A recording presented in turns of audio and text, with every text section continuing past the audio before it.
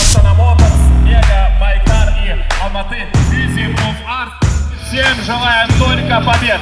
С уважением друг к другу, с уважением к себе, с уважением к команде, к компании. Мы всем желаем удачи. Всех поздравляю с праздником спорта, счастья, здоровья, процветания нашему коллективу и нашей стране. Ура!